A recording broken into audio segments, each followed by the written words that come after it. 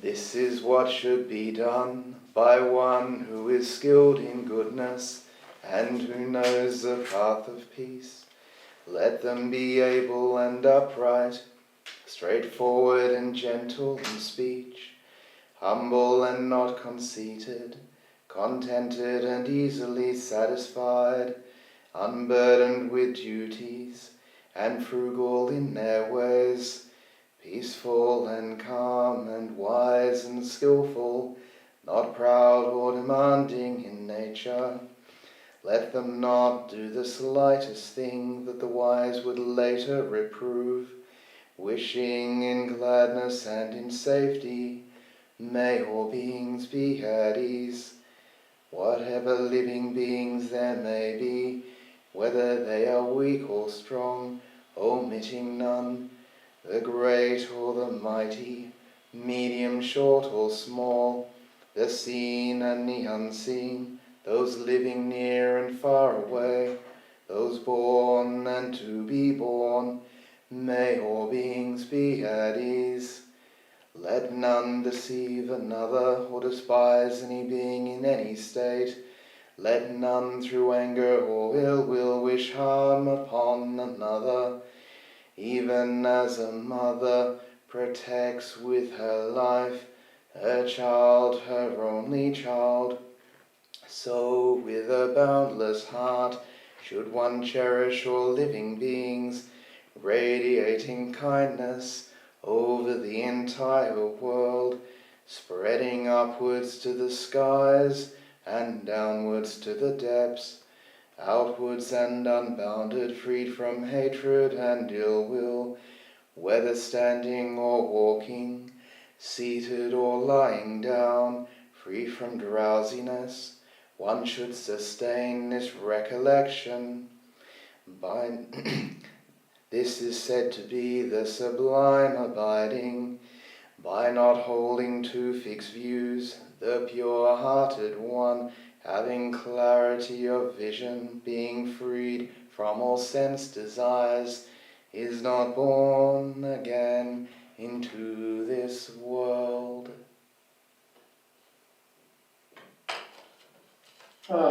Thank you, Venerable, and over to you. Oh, thank you. Well, when we start in meditation and in all sorts of things, it's really, really helpful sometimes to take a recap of what these things mean and what we're doing them for. A lot of the time we sit in meditation and we hear all these terms like mindfulness and karma and this and that. We don't actually really have a clue what they mean, but we just kind of do it anyway because it's the easy way to do it. The thing that makes it very, very interesting though is how karma works in particular. And karma is something which very, very few people really understand, including most Buddhists. We kind of look at it the wrong way around. Because karma in its literal sense is what we do. It's not what we get. For most people, when we think about karma, we say, oh, it's my karma and this and this. We look at it saying it's a result of what we do. So what we experience now as good or bad karma is basically pleasant or unpleasant experiences. But actually, it's the complete opposite way around. What karma is what we do. And karma is a bit remarkable on that one, because the idea itself had evolved a lot from before the Buddha's time, as well as in the Buddha's time, and after the Buddha's time as well. Lots of different interpretations of what karma is along different traditions and different chains of thought, and how important it is, which makes it very, very complicated. Even within Buddhism, we have different ideas that have come from other sources, and we've never really been able to iron out exactly where it is, because it sounds close enough to what the Buddha said, but we're not really sure enough if it's what the Buddha said, unless we go back to the early texts or experience it for ourselves. Because to understand karma in its very simple method is basically a more experiential sense. So we could imagine, just as a basic thought experiment, that it's somebody's birthday and I want to make them a cake. Now, this is a very, very interesting one to deal with. So let's imagine I have $20 that I want to spend for someone's birthday. And I could just do the first thing, I could just put $20 in an envelope and just write happy birthday and here you go. Not a lot of emphasis or heart has been put into it. It doesn't really feel anything. Or I could go and think about it going, well, this person likes maybe flowers they might like this. I'll just buy them this, you know. So I put a little bit of effort into buying them some flowers or a box of chocolates or something. But it's still a bit kind of half-hearted. There's not really anything in it. Then, for sort of the example of the cake, I could be thinking, what kind of cake does this person like? How can I make it? And I go off to the shops and I buy the ingredients and I make it all up and I bake it and I decorate it and I bring it to them. And even though, in the great scheme of things, we eat it and it's all done with, but that imprint that we've made, the amount of care we've put into it, the giving from inside counts. And it means a lot. And this is what karma is really about. It's the intention of the action, what we put into the action that counts.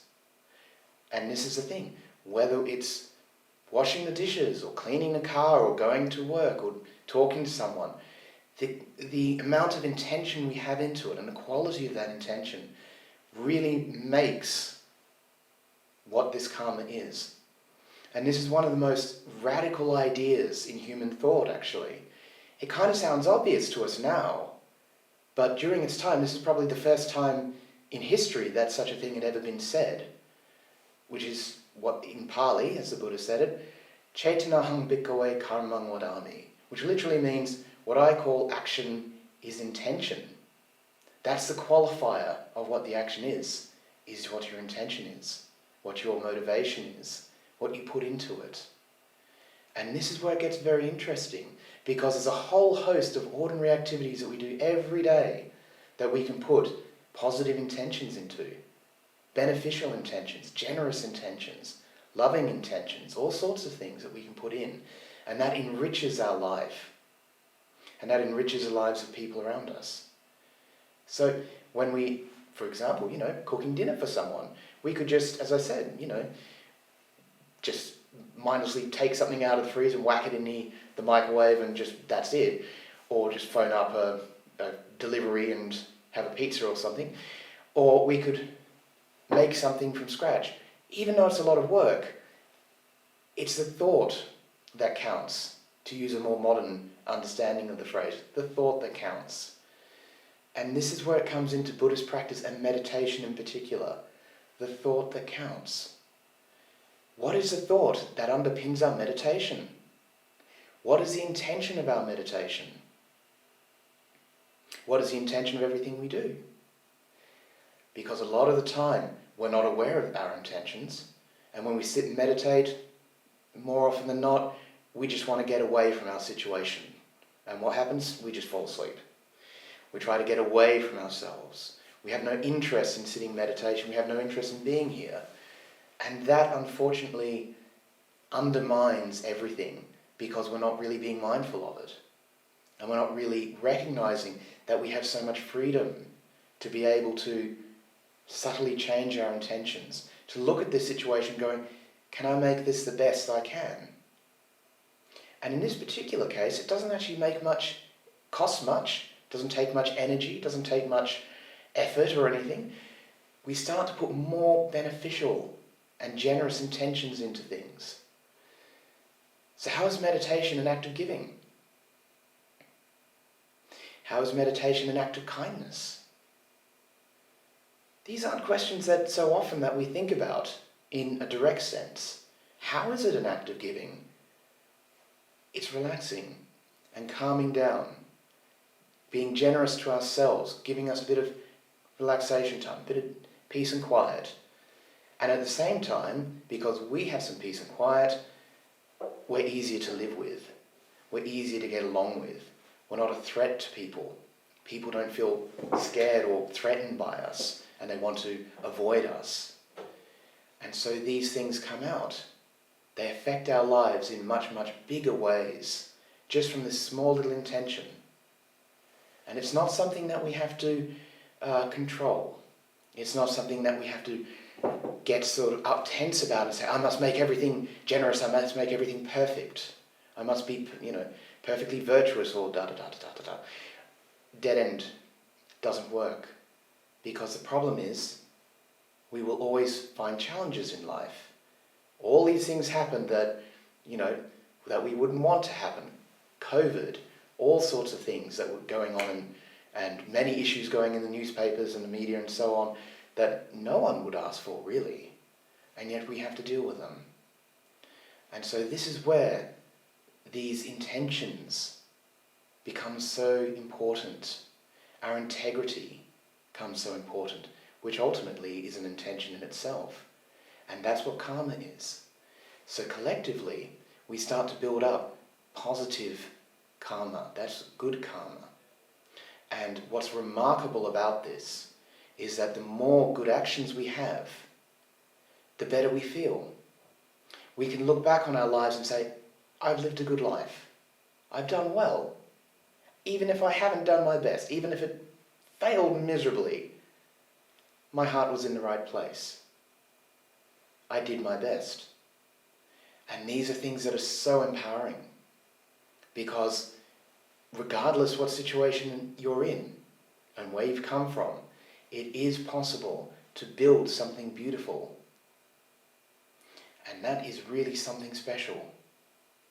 So when we look at it in more detail, particularly in the meditation, all of a sudden, all these opportunities are here. All these opportunities to use the meditation to enrich our lives and to enjoy it. Enjoy the meditation. This is the thing that brings us sort of deeper into it, because we're not afraid of what's going to happen. We're not wanting to get away of what we're doing. It's not a burden, I have to be a good Buddhist and sit half an hour meditation every day and it's just a job. That undermines the enjoyment of the meditation and ultimately undermines everything else, because the intention we brought to it is that I'm not going to like this isn't going to be fun, this is boring, I'm just doing this because I have to. It's kind of spiritual obligation, you could say. And this is where it gets interesting. We can change that. We can look at things in a different way.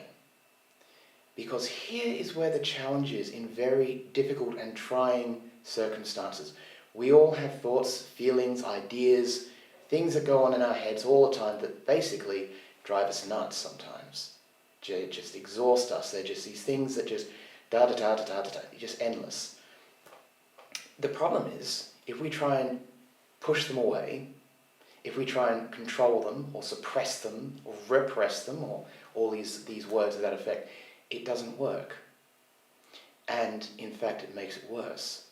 Because what's the intention behind that action that we've just done in trying to suppress it, trying to control it, trying to make it go away? It's a hostile one. It's not a welcoming one. And this is the thing. The vast majority of these feelings, they're there and they stay there, as well as these thoughts and ideas and everything else just churn away in our heads, all these things that we feel we need to deal with. They're there because they're not resolved. They're there because we haven't finished with them. They're there because we also haven't recognized that they're not really worth holding on to. And that's also an important thing. Understanding that these things sometimes are just not worth engaging with, and they disappear because they are kind of like the hooks. They're kind of little bait, the clickbait of our mind, you could say, and that lures us in because we go for it. We feel, oh, this is important, this is something we have to think about, this is something we have to worry about, this is something that we have to be aware of, and da-da-da-da. And many times they are. But there's times when it's not relevant, it's not practical, it's not beneficial to think about these things. And this is where it comes a point where we can let them go. And the intention to do so is what is important there. It's the thought that counts. And in this, it becomes really, really valuable. And also, so opening. It gives so many opportunities. It's like you have a fresh start every day. You get up, you put your toast in your toaster, you make your breakfast and everything else. You can inject a positive intention into that you're eating breakfast for your benefit, for your health, so that you can live your day well. You're making breakfast for other people, so they can have a good day. All these little things, even if it's taking the rubbish out to the bin and throwing it away, that's a positive intention you can put into it. That by reflecting that, by taking this out, I'm cleaning my home and making it more enjoyable space.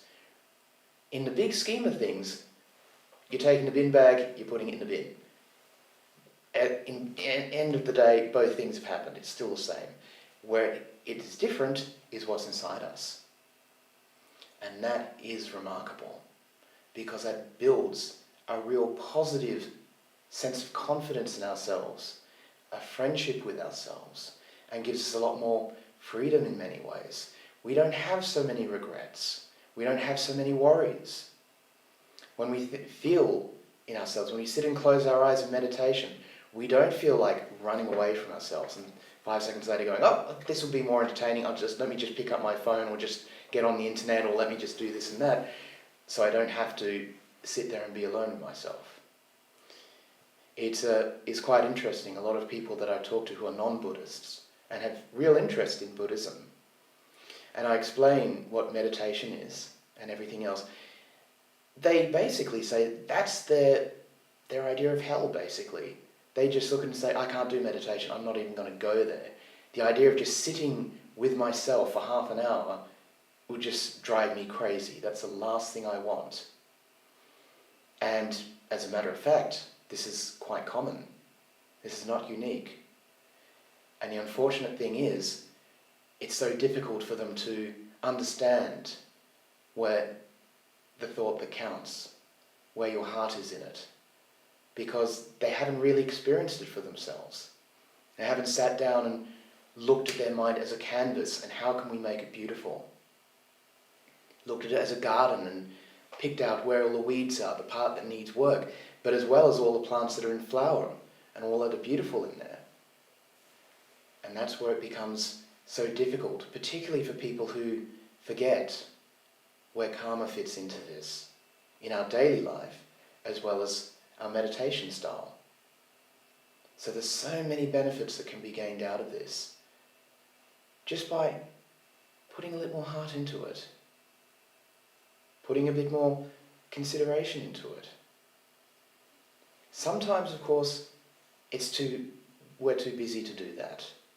When you're rushing through a project at work and you've got all these deadlines and you've got to do this and this and this, it's going to be very difficult to think positively and put all these lovely ideas and intentions into it. Sometimes you just have to get the work done. But that's still fine anyway. A lot of people, which is also very interesting, is that particularly very spiritual people and people who are quite good practitioners, they often feel that they haven't done enough. They often feel that they aren't good enough. They often have a terrible sense of self-esteem and are even afraid of, serious consequences in this life and in future because they feel that they haven't built up enough good karma. Where the reality is, they're not really evaluating that actually they've already made so much good karma. As the vast majority of people who live good lives have made a huge amount of good karma, a huge amount of good intentions. They've done little things with a good heart. And reflecting on those is important. Remembering those is really important. It might be the time, like you gave somebody a birthday cake, or you looked after somebody's letterbox when they went on holidays, or you helped a relative or something else in all kinds of ways. Remembering these good things lifts you up and really empowers you. And something interesting happens in the mind when you do this, because the mind becomes aware, by thinking about these things I feel better. By thinking about these things, I'm happier. By thinking about these things, many of my troubles seem to just disappear. And it sets a new habit pattern that is very, very beneficial, both in meditation, in daily life, and in the bigger sense of what we're doing as Buddhists. Even if you're not a Buddhist, you're just here for the meditation and just here for a nice chill-out session, which is perfectly fine. It's worth doing. And it doesn't start from something huge. It starts from small little things. Just by putting in a little bit of thought, a little bit of heart into ordinary things. So I'm not quite sure how long we've been going, but does anyone feel like the meditation yet? I think if you would like to do the meditation now, it would be very well received. Venerable. Perfect. So, first thing, everybody please make yourselves comfortable. If necessary, stand up, give yourself a bit of a shake, adjust your clothes, do everything you need to do. This is the opportunity.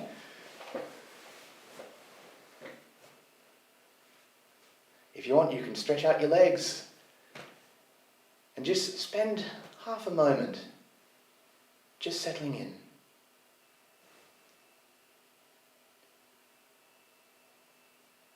Just feel what it's like in the chair and how your clothes are, how everything else is.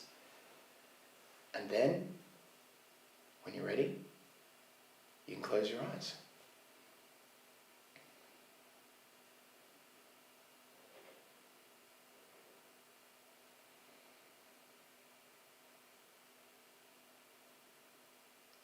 And the first thing we'll start with is, what is the feeling that's present at the moment? What is the motivation in your meditation?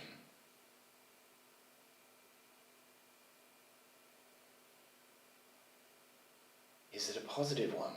Is it looking forward to sitting in meditation? Or is it a feeling that I'm still uncomfortable, I'm not ready yet? Because if you're not ready, that's fine. You spend a few minutes making yourself as ready as you can ever be.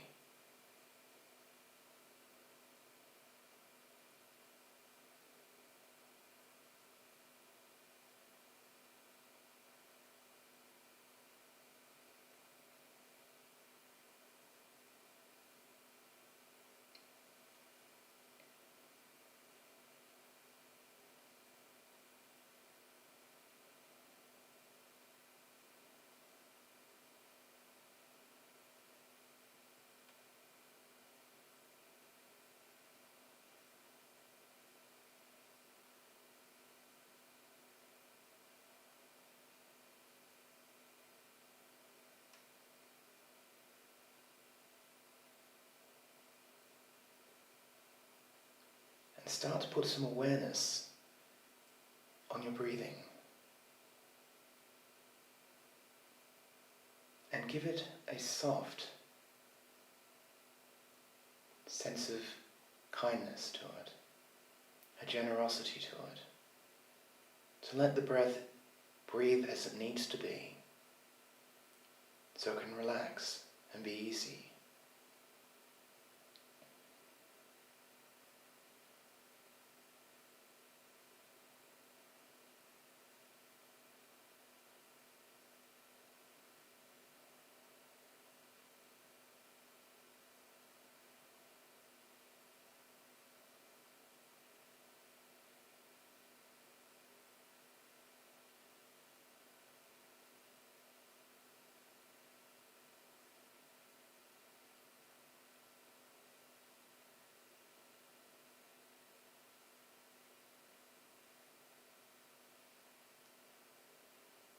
Breathing might feel distant, or it might feel tense, or it might feel hard to be in contact with. But that's okay. We all start somewhere.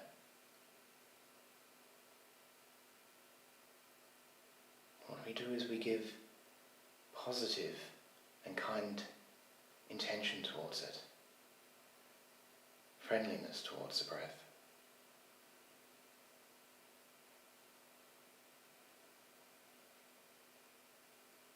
Because if you're a friend to yourself, to your breathing, to your body, you can relax so much easier, and all those tensions can melt away.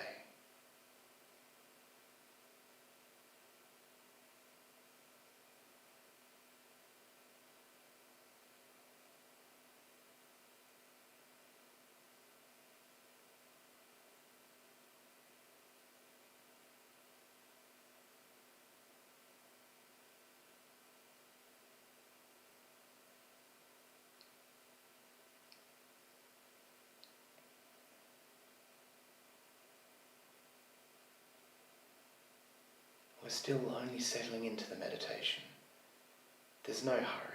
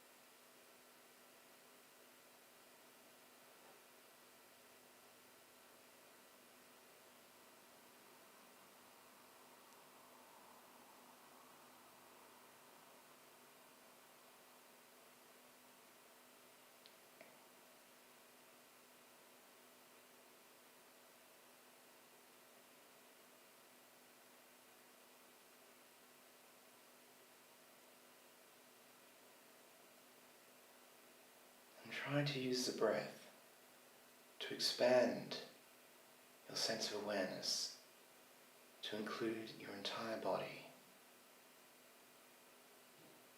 as if your breath can relax the whole body and dissolve all those tensions.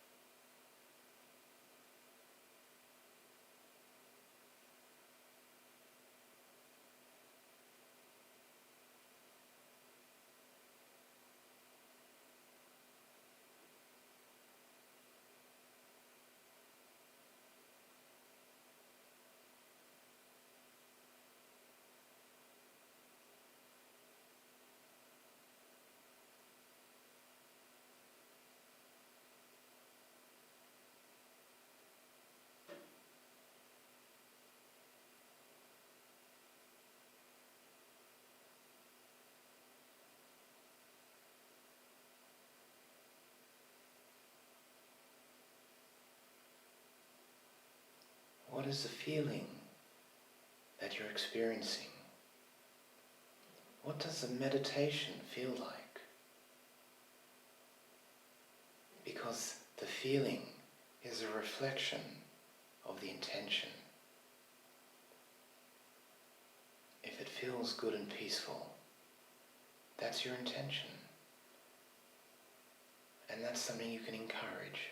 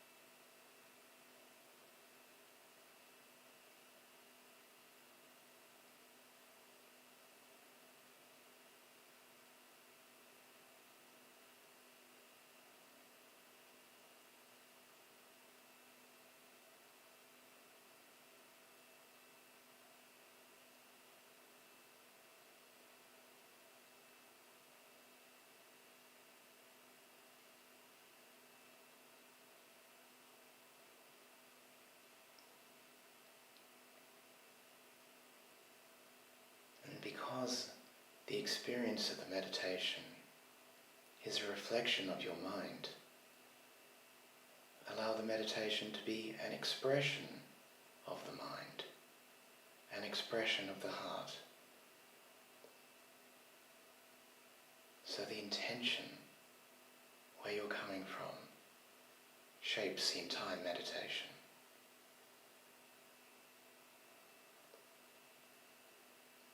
So you can infuse a meditation with kindness and relaxation and anything you wish.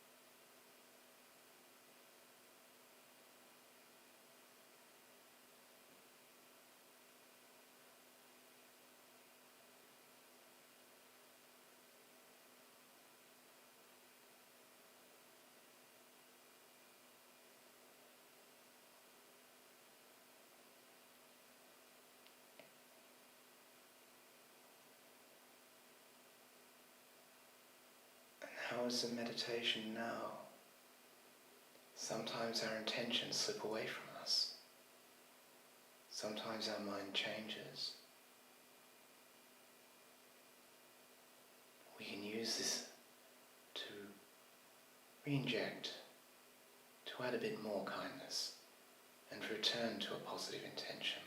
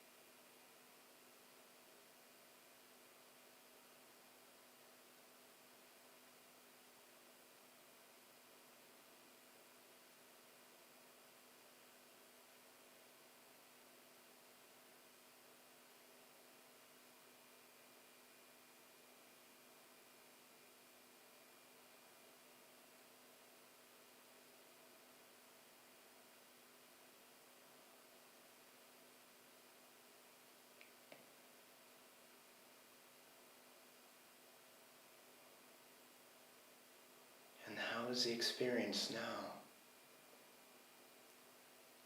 When we're enjoying our meditation, when we have positive feelings, it's so easy to be mindful. And yet mindfulness is just so hard when it's not what we want.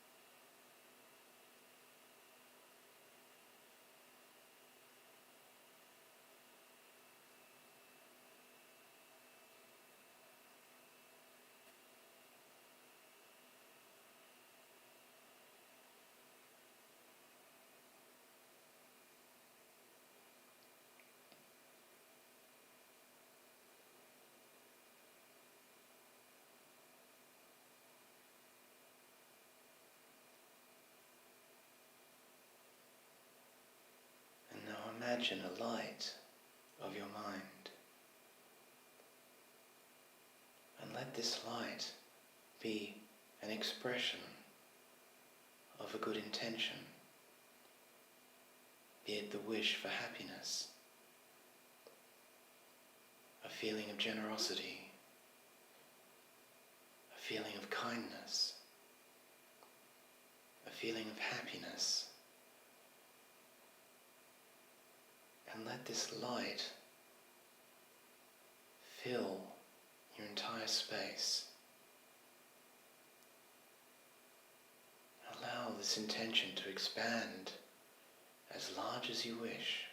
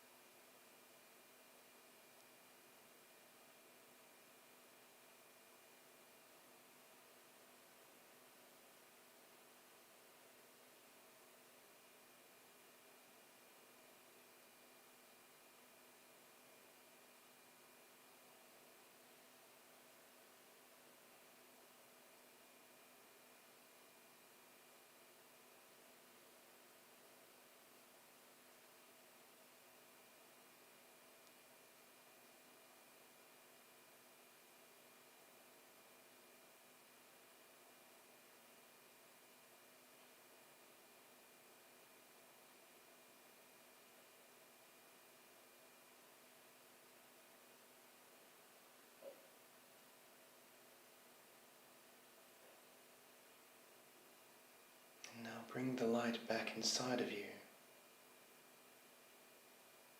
And as it shrinks back, it gets brighter and brighter to fill the heart.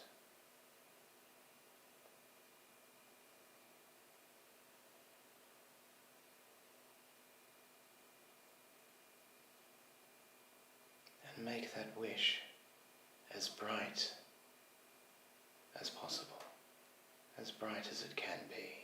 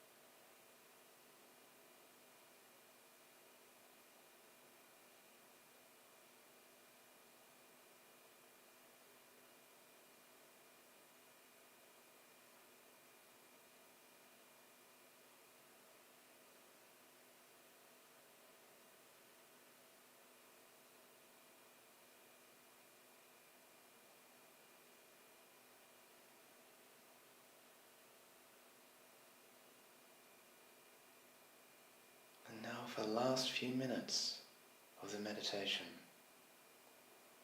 spend a moment reflecting on the intention.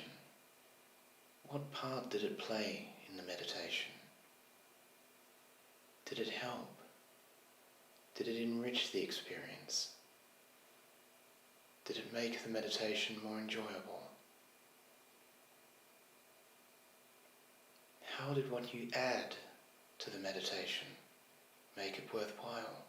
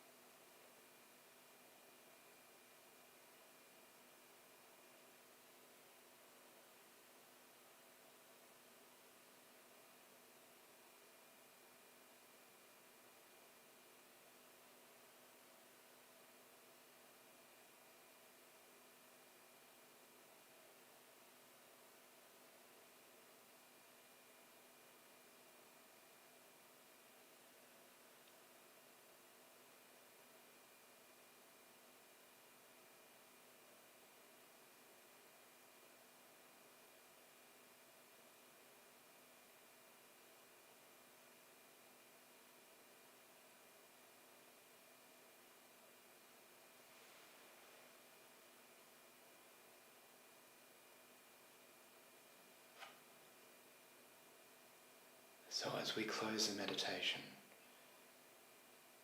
send a wish for all sentient beings, for their health and happiness, and freedom from trouble.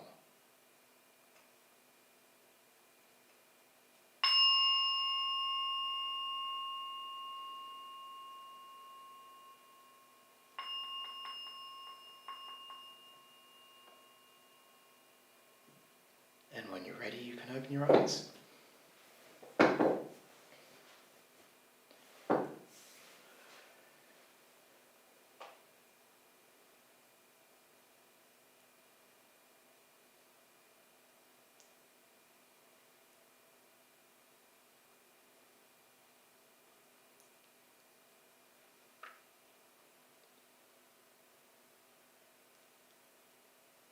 Is everyone alive? Did we make it?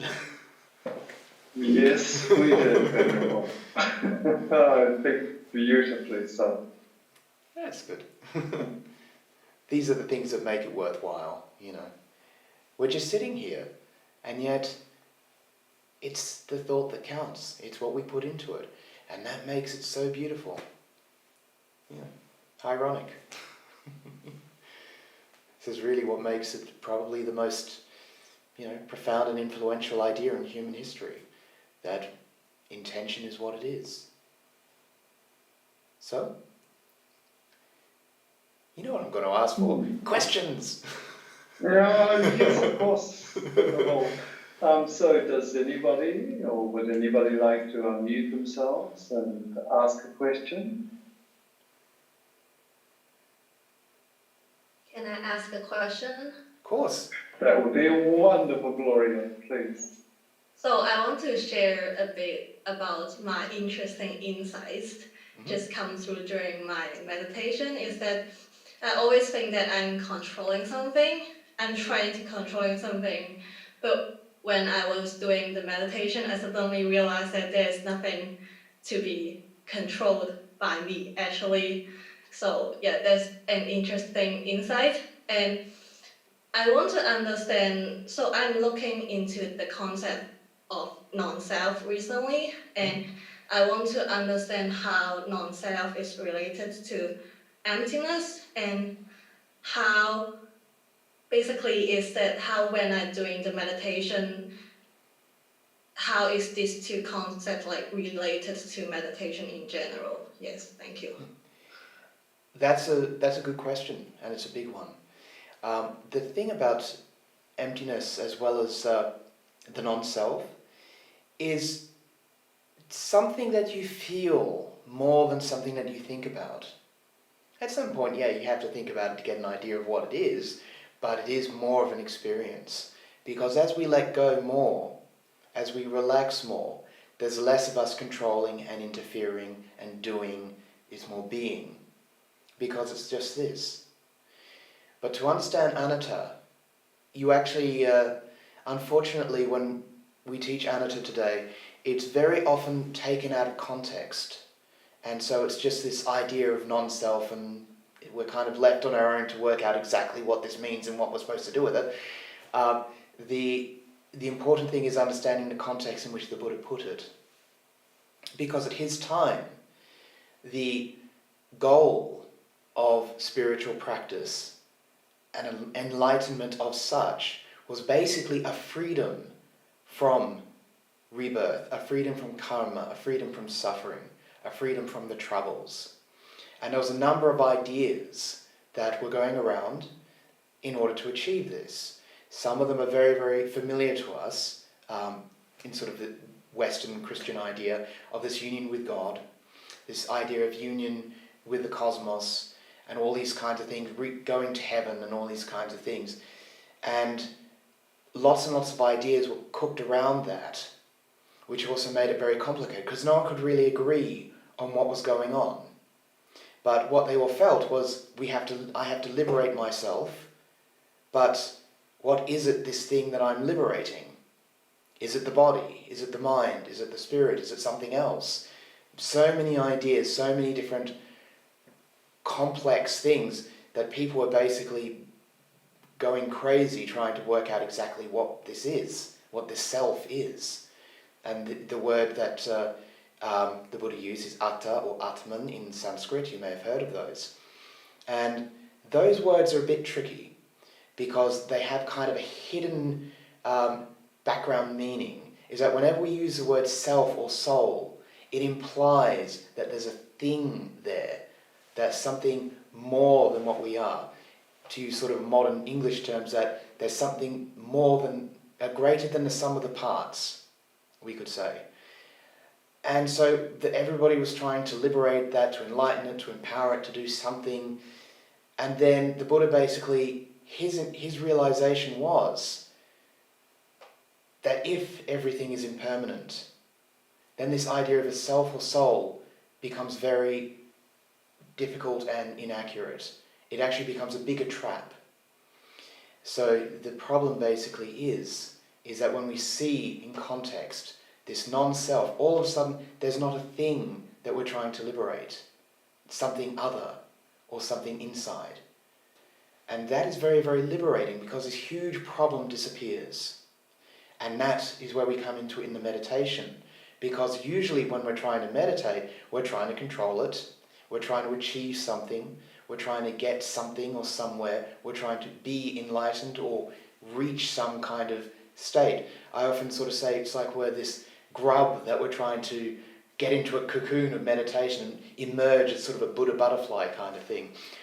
And really, a lot of us, subconsciously, we could say, are sort of in the background, that's what we're trying to do. But the problem basically is that when we see that this is it, we don't have to look for some grander esoteric vision. We come back to this, to ourselves, the here and now. So the Buddha tried to avoid using the word self or soul as much as he could, because there's these hidden implications that the moment we use this, we enter into these dogmatic kind of situations and things that just send us round and round and round and we can never get anywhere.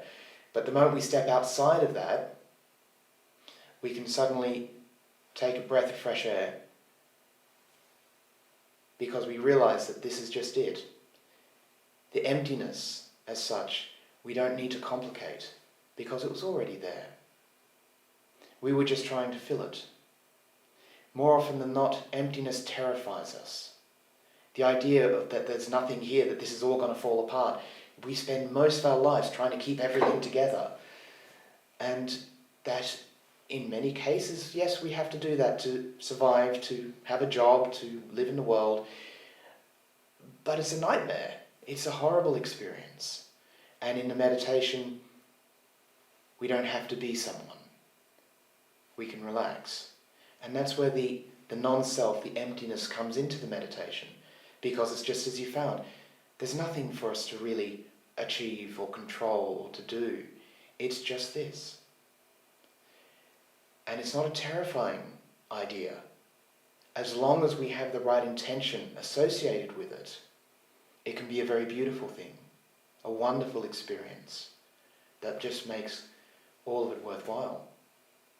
So, I might have wandered a bit there, but does that sort of answer the question or approach what you're talking about? Yes, that's very useful. Thank you. Oh, you're welcome.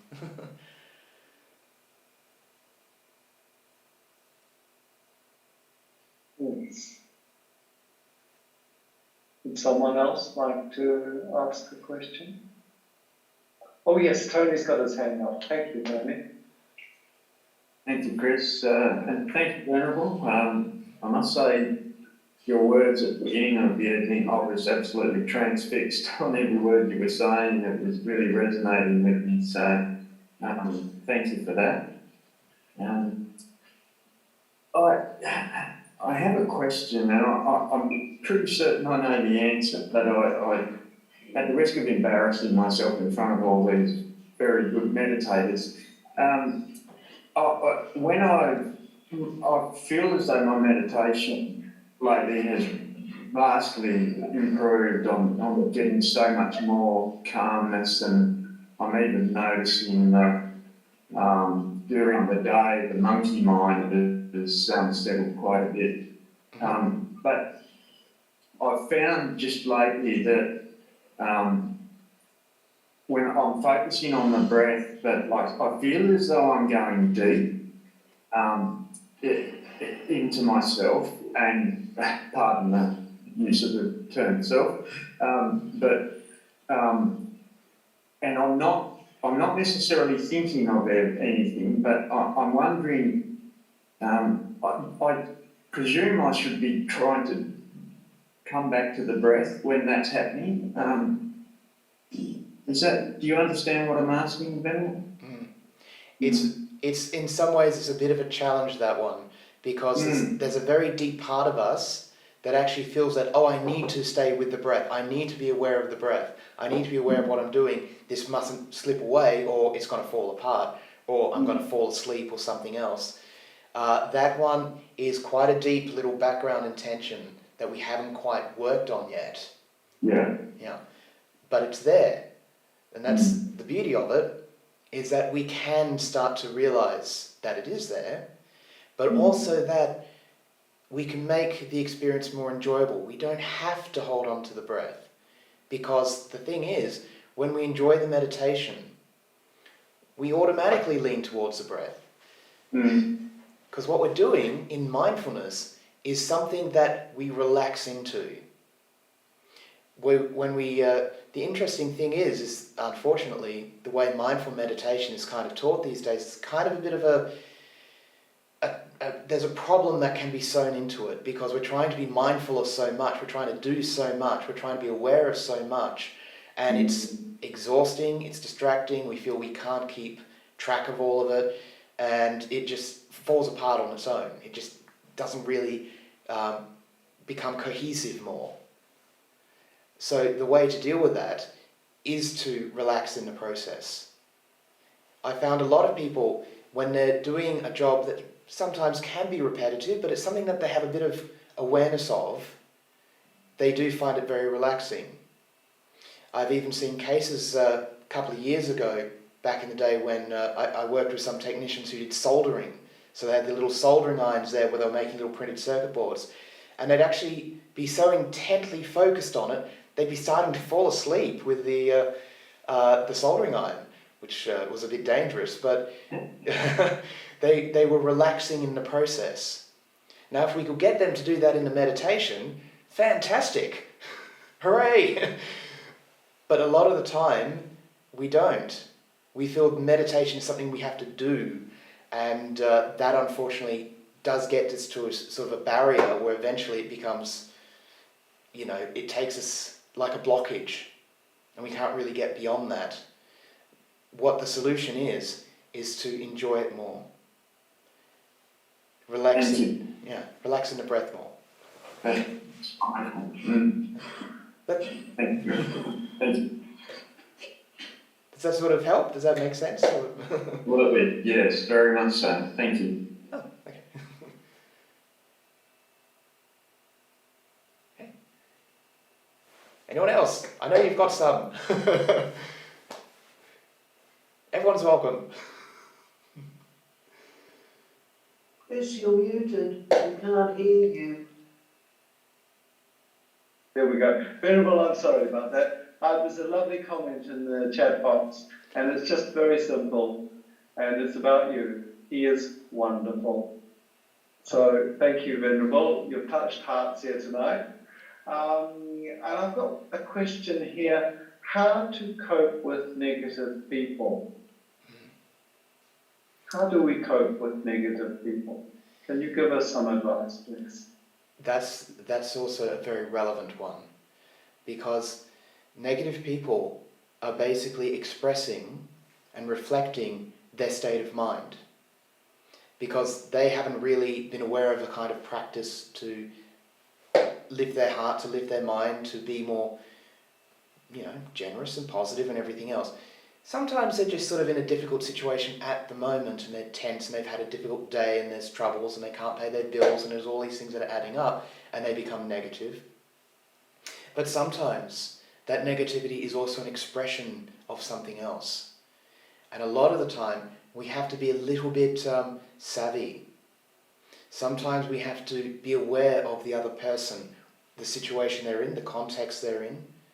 And sometimes we just need to give them a bit of space. But sometimes we also sort of say, okay, this is not a positive interaction, so we give ourselves space. We separate from that situation a bit. It's not that we cut them off, it's just that we recognize that this isn't a good time and place. But also sometimes negativity can be an expression of something perhaps a little darker. Is that they are so negative within themselves, they have such a negative, hateful feeling of themselves, basically they hate themselves, that they don't want other people to be happy. They get frustrated and angry when they see other people who are happy and positive and living well, and they try to, sabotage that. They try to shut it down, or they try to even what they call emotional vampirism. They kind of try to drain the goodness out of you because they themselves feel a kind of empowerment of pushing people down or draining other people. There's lots and lots of situations. We actually could be talking a long time about this. But it's about being aware in yourself. Because if your intention is to look after yourself and to look after other people, it does become a bit more clear of what the situation needs to be. Sometimes it does answer itself. That you can see straight away that, okay, this is someone who just needs a bit of space and they're having a busy day at the office and they've got troubles, and just give them a bit of breathing space and it'll be fine. A lot of times it's kind of, this is just a person who is, unfortunately, we will not really ever have a positive interaction with, a beneficial interaction with them. And in that sense, we just have more space. We just let them go and let them be. Because, unfortunately, we do put a lot of energy into trying to help people. And it kind of breaks our hearts when we feel that we can't help them. And we're trapped in a situation surrounded by negative people and we feel drained and exhausted. And, almost as if it becomes meaningless and an unhappy situation. And that is where, of course, after stepping back, we reflect more on our own situation. So we lift a positive intention back. We rebuild the happiness within ourselves to become, there's this word in Pali, analia, which means non-stick. It literally means that, it sort of means that these things don't touch us so much. There's this nice simile of water on a lotus leaf that it just falls right off. So in dealing with difficult people, we do need to have an understanding of the context.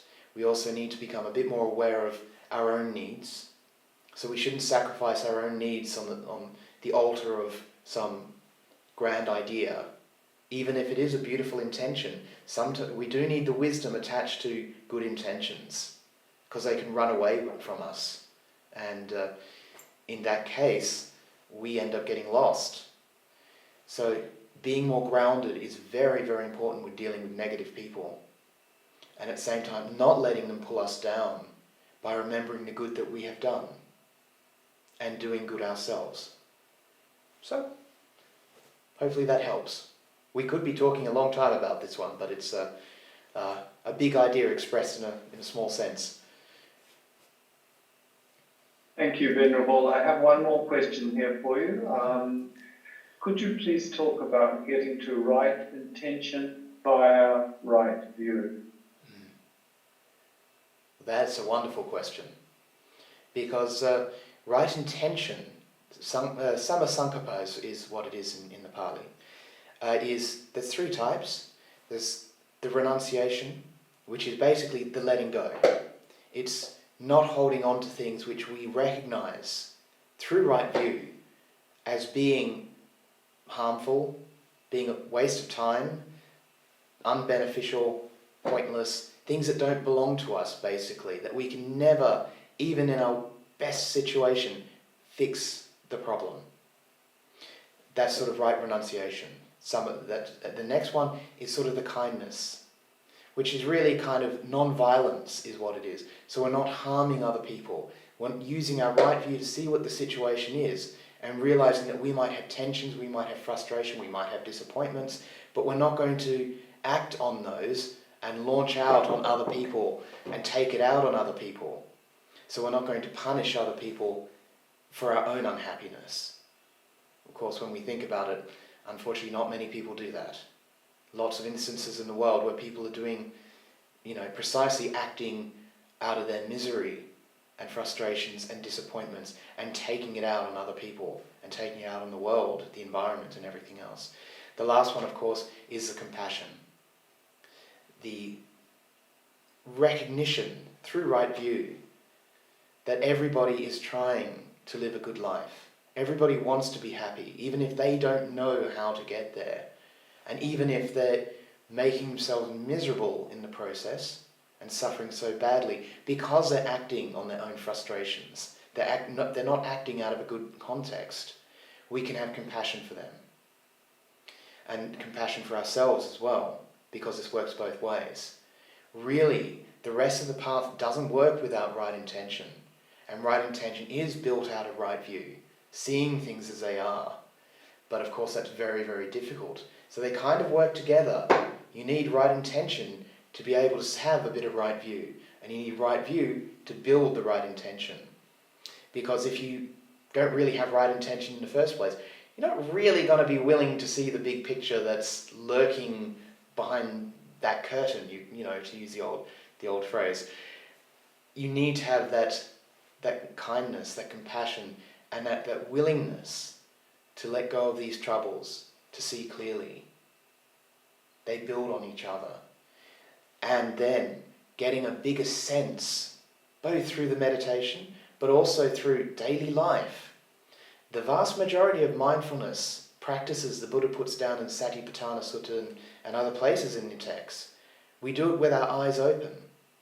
They're everyday tasks, everyday things that we do. Getting up, washing, eating, all these things that we do with our eyes open. And in that situation, we get a sense of right view of what's going on and how our intention is shaping those experiences. So that right view starts to influence our preference towards better right intention, and it works both ways. So again, another big subject. We could be talking for hours on this one. But compressed in a small amount. So I hope that one helps. You're doing well this evening, Venerable. Thank you. I have another one for you. So as we let go, we replace with, for example, 4 divine abodes. Okay. It's okay?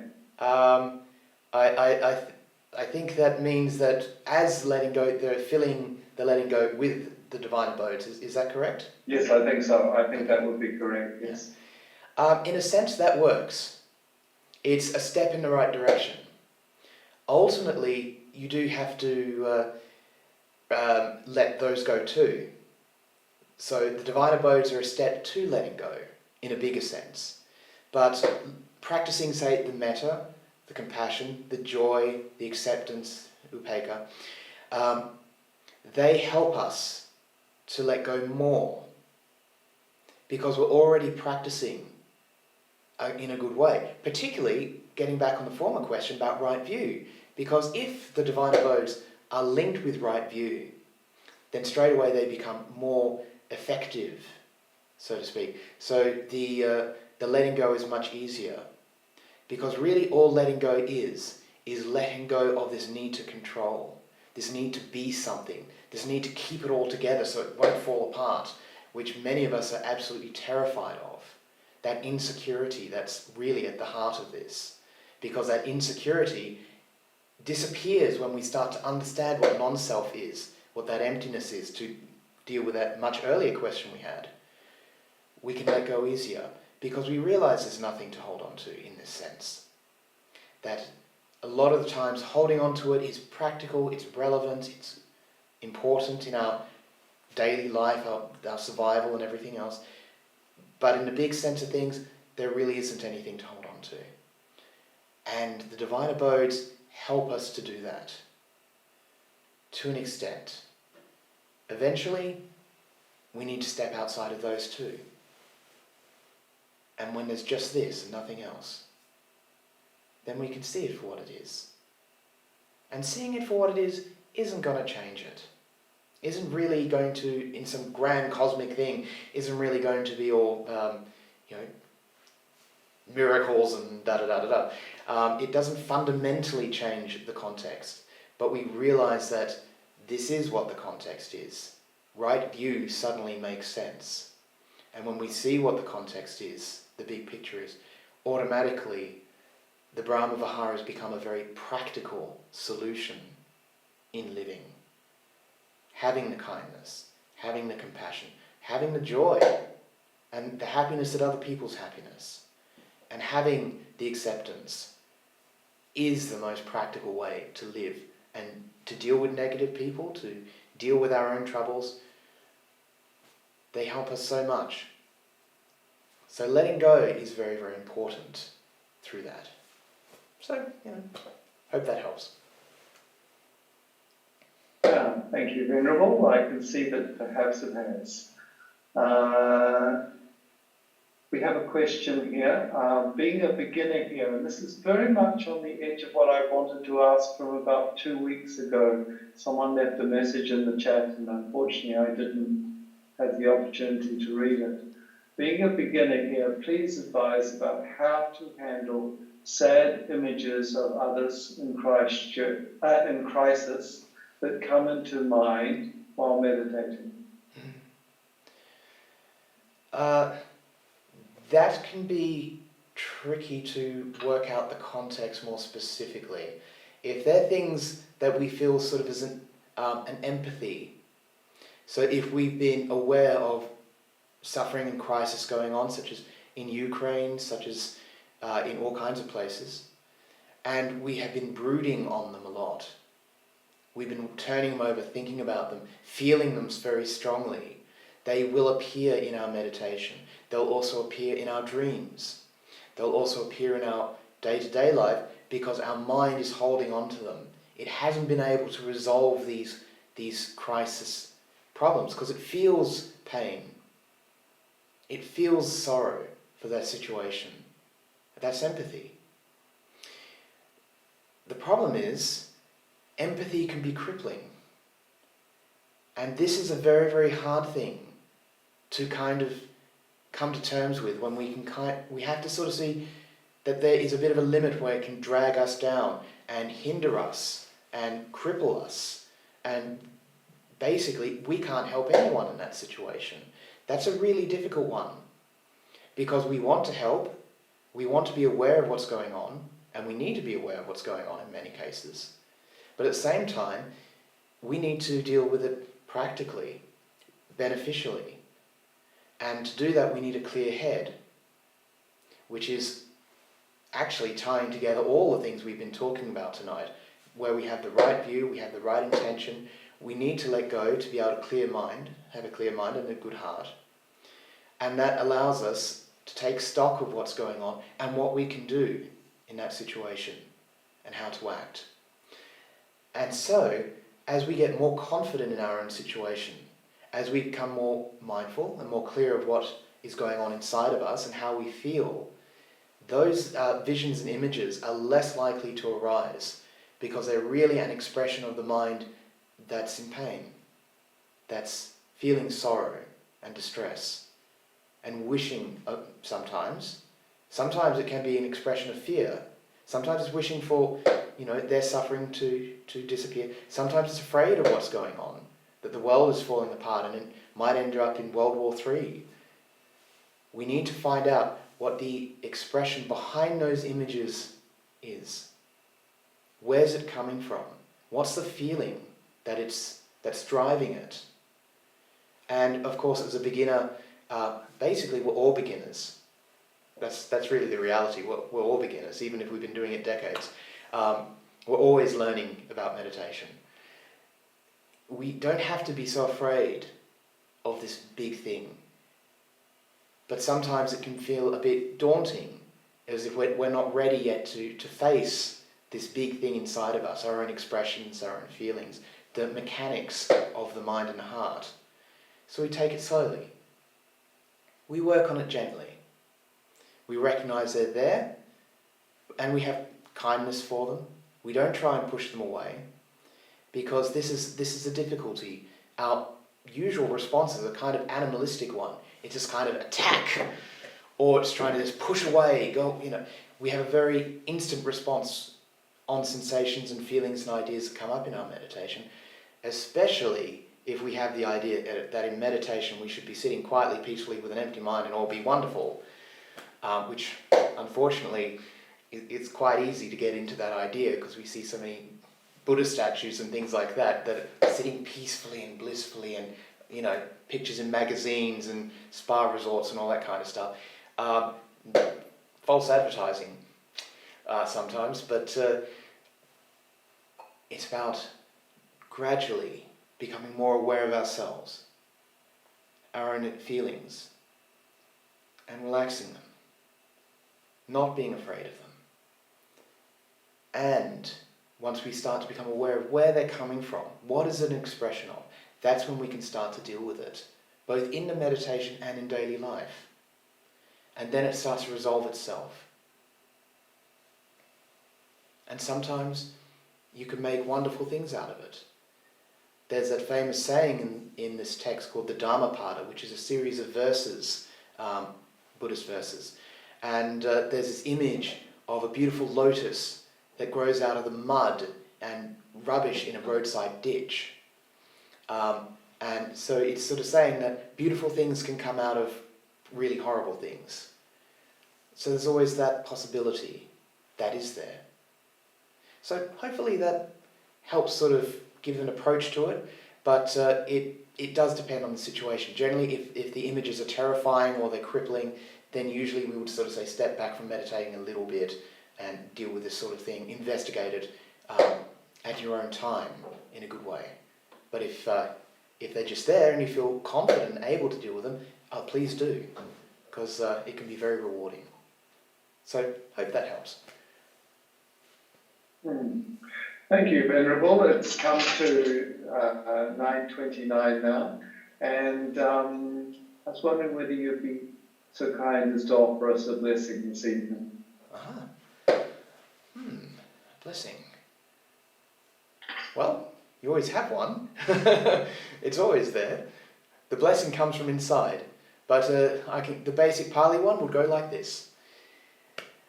Nati me saranang anyam buddho me saranang waram Etena sacha vajena sotite hotu sabada. Nati me saranang anyang dhammo me saranang warang.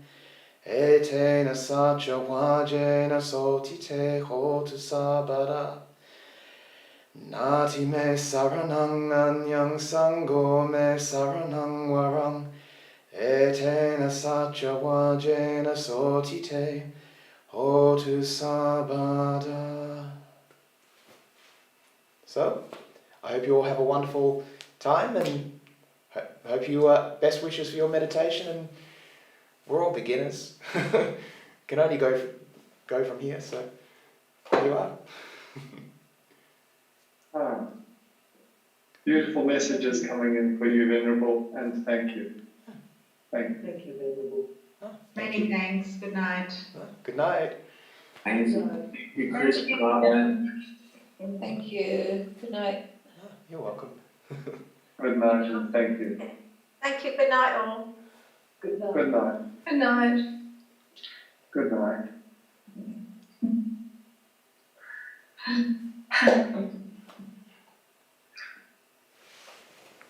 Good night.